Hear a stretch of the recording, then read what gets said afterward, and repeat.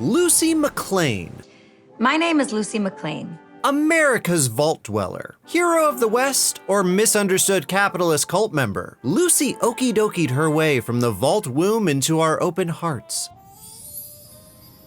Okie dokie. Searching for her stolen father. But what level is she? Welcome to Level With Me, a new series where we calculate the in-game levels of characters in out-game media. My name is Trey, and before we begin calculating Lucy's level in Fallout, we need to establish a few things. Some rules, if you will. Can you do that? Can you follow the rules? First, what's been officially revealed by Bethesda for Lucy? Following the show's release, Fallout Shelter announced new characters who might come knocking at your vault door: Maximus, the Ghoul, and Lucy. Luckily for us, each of these characters comes with special stats, the ability scores that inform us about the characters. Looking at Lucy's stats from Fallout Shelter leaves us with two observations. Either her stats started at these numbers or ended at these numbers. This ties into our second point we need to establish. What game are we using to calculate her level? Of all the leveling mechanics in the Fallout franchise, Fallout 3, New Vegas, and 4 are our best bets for following Lucy's journey. The leveling mechanics of Fallout 3 and New Vegas can be lumped into the same camp, so it's just a matter of choosing between Fallout 3 and Fallout 4. Fallout 3 and 4 both use special stats, both use XP-based leveling, both register XP for quests, enemies, and location discovery, but they do not operate on the same scale. Fallout 3 has players starting with higher base stats, earning less XP per encounter. For example, a rad roach is 1 experience point, discovering a new location is 10 XP, and then there's a steady rising scale of XP awards for main quests. We can create a Lucy based on her Fallout Shelter stats in Fallout 3 and begin exploring the wasteland right away. Fallout 4, on the other hand, has players starting with lower base stats, but earning more XP per encounter. A rad roach is 6 experience on average, discovery is around 24 XP, and the experience points for main story quests scales strangely. Stats in Fallout 3 don't change very much. There's more emphasis on increasing skill points and gaining perks that augment those skills, with the occasional option to increase those special scores. Stats in Fallout 4 are much more fluid. A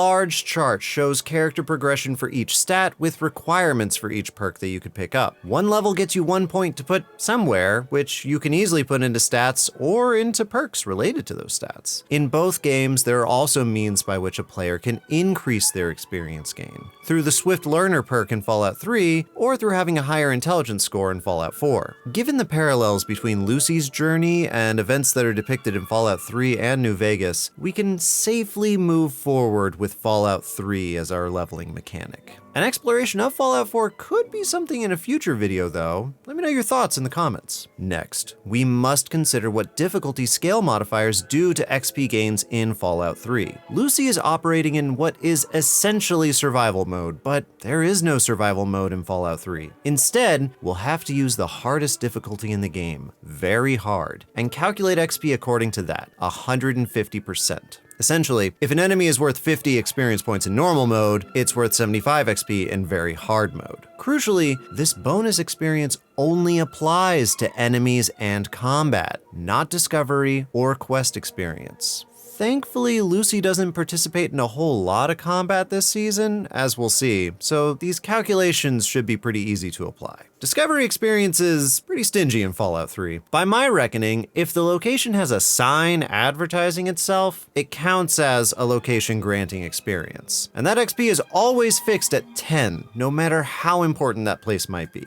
Quest experience can be tricky, but there's a neat catch to it. In Fallout 3, every main storyline quest grants 100 XP more than the last step, with the first quest, leaving the vault, granting 200 XP. We'll keep this in mind as we track Lucy's progress.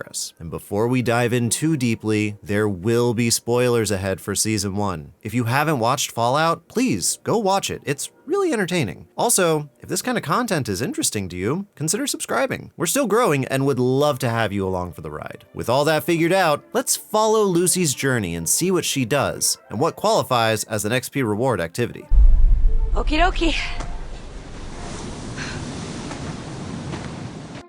Lucy starts the show by telling us straight up what she's good at and not so good at. My name is Lucy McLean, and I'm an active contributor to the well-being of my community. She's known for her repair skills, less so science, but she tries her darndest, ranks highly with speech skills, particularly with kids, and is pretty decent with gymnastics, fencing, and hand-to-hand combat.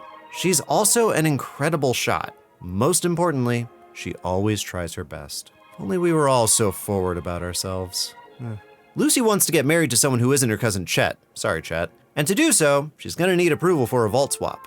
Approval granted, she loots a wedding dress and meets her future hubby. They bang, which is not an XP encounter, but once his friends start raiding Vault 34, it's honeymoon over. The two duke it out, and Lucy disables him.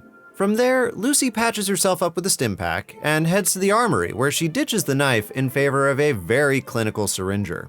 Here we encounter a hurdle. Does knocking someone out grant experience, and if so, is there a difference in the experience rewarded? The best example of knockout damage in the Fallout franchise I could find is in Fallout New Vegas. Extensive testing suggests to me that attacking enemies in such a way still grants the same amount of XP as if one killed them outright. As such, we can take Raider XP numbers for these 3 knockouts here, here, and here. Man, I would kill to have one of these and do a non-lethal run in Fallout. A montage of brutality results in her husband coming back to finish what he started, but don't worry, Hank the dad's here to help. Thanks, Dad! Given the amount of damage that Lucy did to her hubby, I'll permit her the XP for this Raider kill. How much XP did she earn per Raider? According to Fallout 3, it depends. I found examples of Raiders being worth 10 XP all the way to 33 XP in Fallout 3, with seemingly no obvious reason as to why one is worth more than the other. If someone wants to dive into the code to figure this out, be my guest. I'll be rewarding maximum experience per Raider because this is my show and I write the rules. Lucy's dad is the Vault Overseer, and he gets hanknapped by Moldaver, a Raider. We're presented with a new quest, find and rescue Dad. Lucy tries to persuade her vault to help her recover Overseer Dad, but her persuasion attempt fails. In response, she resolves to go do it herself. She packs up a bag, has her brother Norm and Chet guard the elevator, pops a trinket in Chet, by Chet, and leaves the vault, granting her 200 XP as she enters the wasteland above. Episode 1 saw 4 Raiders knocked out or killed, and Lucy exiting the vault, resulting in almost 400 experience. Congrats on hitting level 2! Episode 2 finds Lucy exploring the wasteland, in search of clues about her father's location. She investigates a few ruined buildings, but there won't be any discovery XP for these since they're not specifically named locations. She sets up camp in the open, but is given a bit of a tutorial by none other than Zep! Sorry, wrong franchise. Gilzig! Gilzig cryptically explains that she should probably go home, while Dogmeat chomps down on a rad roach. Gross! No XP for cryptic fireside chats though, no matter how haunting. Lucy eventually comes across a very thirsty little guy. He's just a little guy. A neat little homage to the beggar outside Megaton that you meet in Fallout 3. Have some water, bud. Giving the beggar water nets us no experience, but good karma. Nice. The pantsless man points Lucy to Philly, our first major city. The city of Philly is quaint, if dangerous. Lucy makes a beeline for the nearest shop where she tries her persuasion attempt on Ma June to get info on Moldaver. It fails, again, and she begins to learn a thing or two about how the world feels about vault dwellers. Not great, turns out. Not great. Lucy bumps into Gilzig outside, who promptly gets his leg blown off by the ghoul in a quick VATS shot. Yeah, I know he isn't using VATS because he doesn't have a Pip-Boy, and you could just blow someone's limb off in-game without using VATS just by being badass. I'm aware. Anyway, the ghoul decimates a bunch of people with VATS and removes the doc's leg. Gilzig's a wanted man, and the ghoul aims to collect. Dogmeat jumps to the rescue while Lucy digs around for intel during the scrap. A bobblehead reminds her of the golden rule, do unto others as they would do unto you. And she returns to do the right thing and rescue Gilzig. Her persuasion attempt fails again, so Lucy pops a syringe in the ghoul. It has absolutely zero effect. Well, now that is a very small drop in a very, very large bucket of drugs. Instead, Maximus, that's Maximus, intervenes. He's cosplaying as a knight of the Brotherhood of Steel. Apparently, he's also been looking for Gilzig. Everybody wants Gilzig. Those two duke it out while Lucy helps Gilzig get fitted for a new foot. Gross! Lucy is thrust into an escort quest, but it serves her purpose. Long John Gilzig is headed for Moldaver, the woman who stole Papa Hank. The two wander as far as a crashed satellite before Gilzig decides he's weighing down the escort. He pops a cyanide and happiness pill, hands Lucy a turkey carver, and recommends cutting below the jawline. Lucy accepts the new escort quest to the quest. Okie dokie. And we end episode 2. This episode was much, much lighter. Lucy earned karma, which is great. Doesn't grant any XP though. However, she did complete her escort quest and picked up a new one. It looks like all we have then is 10 discovery XP for Philly and 300 quest XP for Gilzig's body. Congratulations on level 3. Episode 3 starts with a montage of Lucy and Gilzig Head, trekking it through the sand. She camps out with some deviled eggs for Din Din and discovers Gilzig's got a little secret, a zappy injection. I wonder what that could be. She pops a tracker up his nose for safekeeping. Lucy escapes the desert and finds the swamps of... Well, there's a sign pointing to Hollywood Boulevard, and this is a location that we return to in the show. Is this location experience? Is this a discovery? I mean, Lucy looks decently awed by it. Yeah, why not? Lucy discovers Hollywood Boulevard. Unfortunately, she wanders too close to Hollywood, and a gulper starlet swallows Gilzig's head. Damn. As a result, Lucy gets adopted by the ghoul as a companion. He'll be friendly, right? The ghoul volunteers Lucy to be bait, as well as introducing her to a whole heckin' lot of rads. The gulper takes the bait, but mostly goes for Lucy's shoe. Ew. Fetishist. She whacks him away with the ghoul's medicine, and we're thrust into some sidetracked... Well, maybe a side quest for the ghoul. For Lucy, this is definitely an imperative quest. Survive the ghoul. The ghoul stiffs Lucy some water, and episode 3 ends. Thirsty and one boot shy of a pair. All in all, episode 3 was pretty light as well. Lucy is on the road with the ghoul, but all she really did was discover Hollywood Boulevard. We enter episode 4 rather thirsty. Lucy and the ghoul come upon Westside Medical Clinic. Here they meet up with the ghoul's bud Roger. That's Roger. The two reminisce about food before the ghoul shoots him and starts collecting ass jerky. Truly a let them eat cake moment. Outside, the ass jerky dries and Lucy gets thirsty. Is she thirsty enough for rads? Yup. Lucy eventually wanders over to the big crater but gets roped back into the ghoul's before she can figure out what she's looking at. She removes his finger, and he returns the favor. Gross. In another homage to Fallout 3, the two arrive at a super duper mart. The ghoul plans to swap Lucy for some anti-ghoulifying meds. Man, this guy sucks. Inside, Lucy is treated very nicely by a medical Mr. Handy named Snip Snip, who even goes so far as to repair her missing finger. Aw, gross. Snip Snip sedates Lucy, though, because she's here to be scrapped for parts. Lucy manages to wriggle free and take control of the situation before she experiences Dark Harvest. There! Why, you're one of the healthiest little children I've ever seen, and such plentiful organs.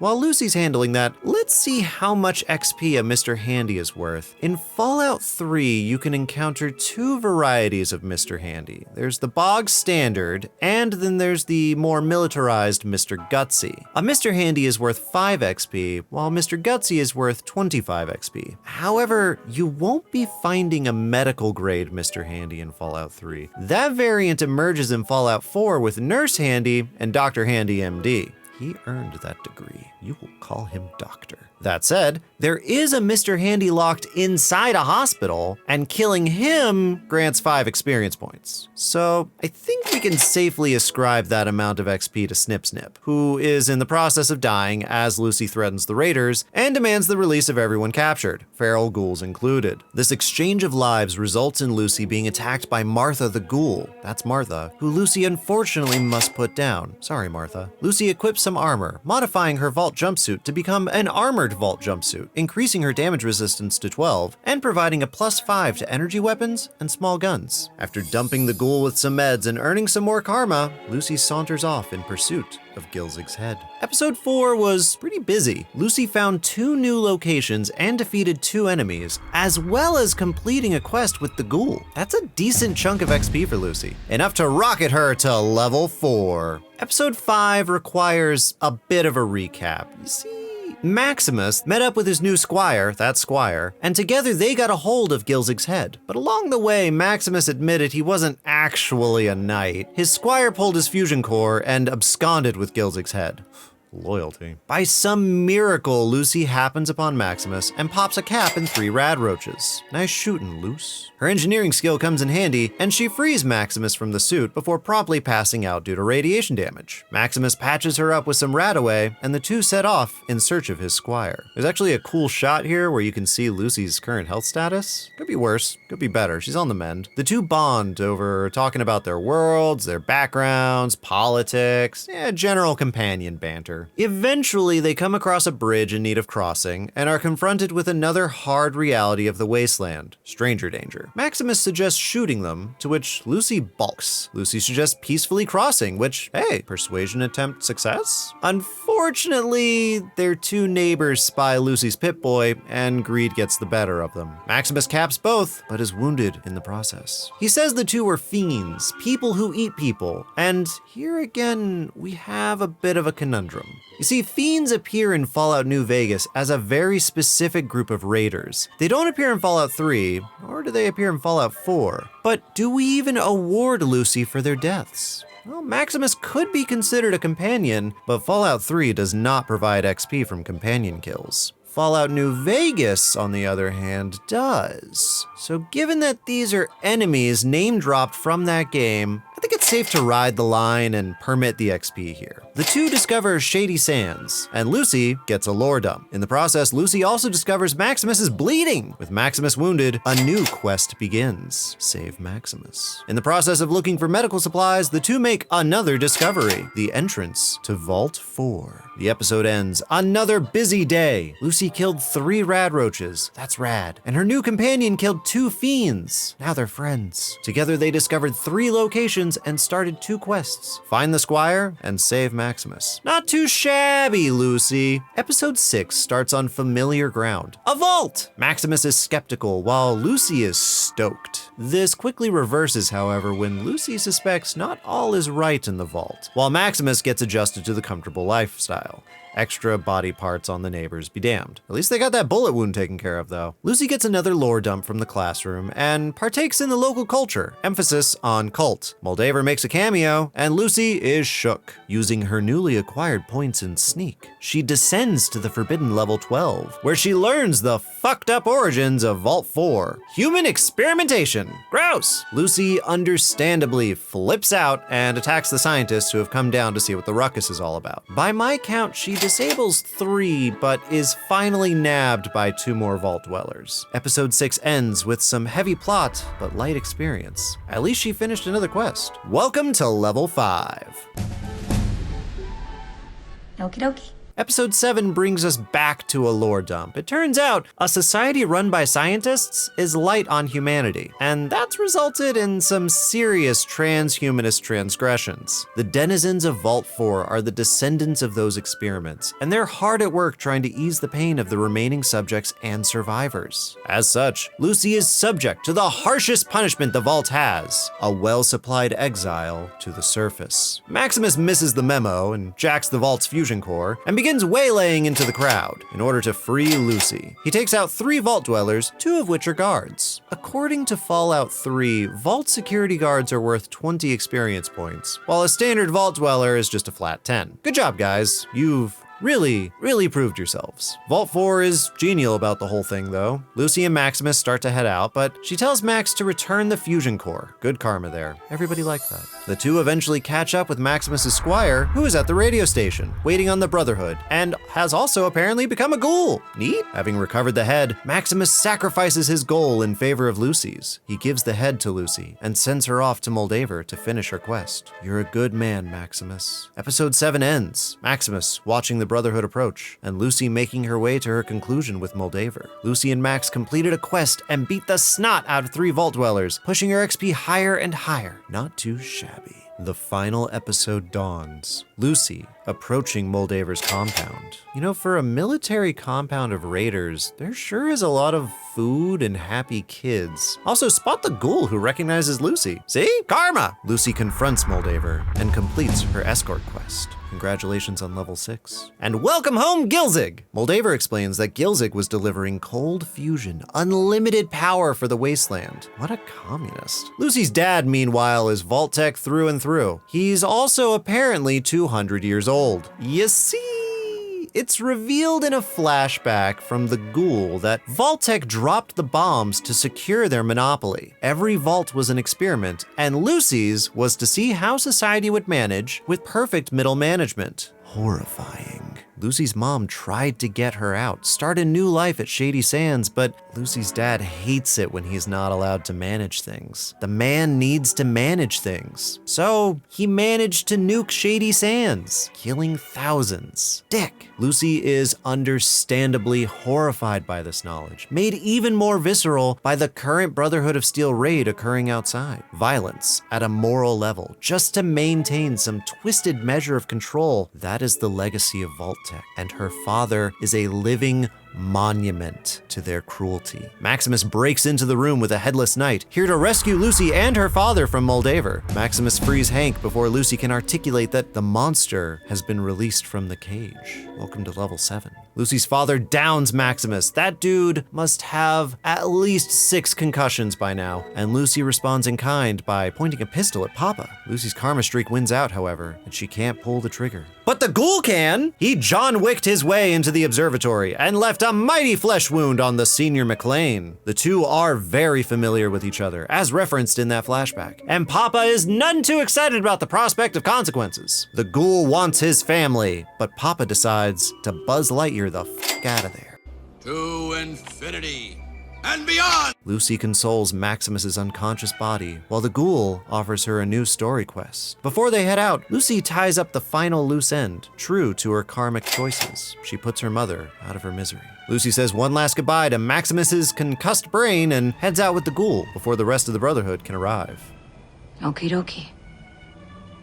Maximus wakes up, watching a dying Moldaver grant free energy to the wasteland, and is crowned king of the Tech Heads. Last we see of Lucy, she's heading out with the Ghoul towards the Hollywood sign. The series ends with a neat Easter egg for what to expect in Season 2. But we're not there yet. We're here to calculate Lucy's level. In total, Lucy earned approximately 3,980 experience points across 8 episodes. She fought 18 different enemies, some of which even died. Thankfully, knockouts are worth the same as Fatal XP. Lucy completed 7 quests, which allotted her a big chunk of her experience, particularly towards the end. She discovered 9 locations across the wasteland, which are not worth a lot of XP, but do level up the soul. Not all who wander are lost. By my calculation, and with the assistance of this XP table from Fallout 3, Lucy would be around level 7, well on her way to level 8 by the time Season 1 ends. Now, what is unknown are her perks that she picked up along the way. If she had picked up Quick Learner, for example, these numbers could shift. Her most used skill was Persuasion, which she was not particularly great at. It could be the baked-in biases against Vault Dwellers, though, not sure. Ultimately, with her being so focused on the main story quest and doing her best not to get sidetracked by bullshit, Lucy being level 7 is totally reasonable. I did a brief run through of Fallout 3 and I sprinted to get my dad rescued as quickly as possible, and I think I ended up around level 7 by the time I met him. But what do you think? Do you think this is a fair assessment of Lucy's capabilities in the Fallout series? Are there any other characters from Fallout you'd like to see calculated? Or other franchises? Let me know down below. And if you've made it this far, consider subscribing if you haven't already. I want to give a huge shout out to everyone at Patreon and YouTube for helping us keep the lights on while we figure out sponsorships and just believing in what we do. Of course, thank you for coming along with us on something new. This was a lot of fun to research, and I hope you enjoyed the ride. Maybe we can do more of these, and we could even stream the games and have you participate in the research with us. If that's something that interests you, let me know. You're all beautiful, and I'm so happy to have you here, and as always, I'm here to make stuff. You're here to watch.